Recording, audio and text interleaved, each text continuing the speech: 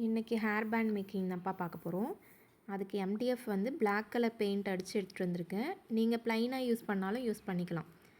அதுக்கு பேண்டு தேவை, அட்டாச்சர் தேவை.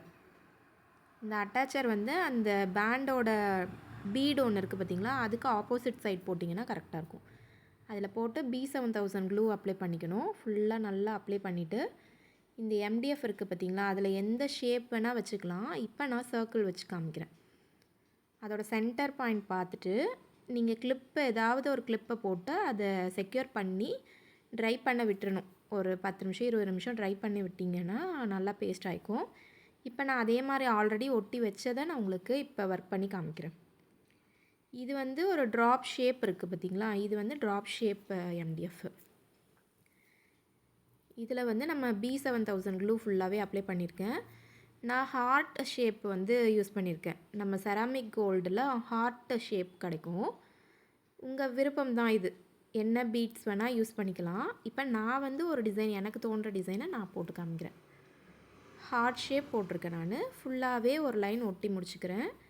இப்போ செகண்ட் லேயர் எடுக்கிறப்போ நீங்கள் ஃபுல்லாகவே ஹார்ட் ஒட்டுனா கூட ஒட்டிக்கலாம். நான் வந்து எனக்கு ப்ளூ கலர் வேணும் அப்படின்னு தோன்றனால நான் ப்ளூ கலர் வைக்கிறேன். ட்ராப் பீட் வந்து ஃபேஸ் பண்ணுறது வந்து நீங்கள் அப் சைடாகவும் வைக்கலாம், இல்லை டவுன் சைடாகவும் வைக்கலாம், உங்கள் விருப்பம் தான்.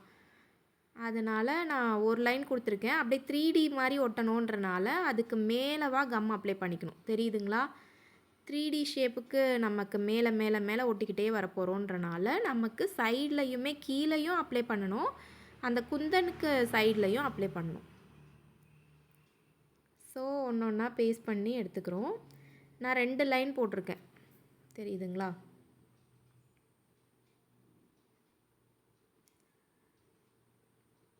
இப்போ சென்டர் வந்து எனக்கு ஹைட்டு தூக்கணும், கொஞ்சம் எம்போஸ்டாக தெரியணுன்றதுக்காக நான் நார்மல் ஒரு குந்தனை உள்ளே ஒட்டிட்டு அதுக்கு மேலே நான் பெண்டன்ட் போட்ட போகிறேன். நீங்கள் ஸ்ட்ரெயிட்டாக இதோடய நிப்பாட்டிக்கணுனாலும் நிப்பாட்டிக்கலாம். நான் வந்து உள்ளே ஒரு லக்ஷ்மி பெண்டன்ட் வைக்க போகிறேன். அதனால நான் வந்து அதை ஹைட்டு தூக்கிட்டு சென்டராக ஒரு லக்ஷ்மி பெண்டன்ட் வச்சுருக்கேன். அவ்வளோதான்.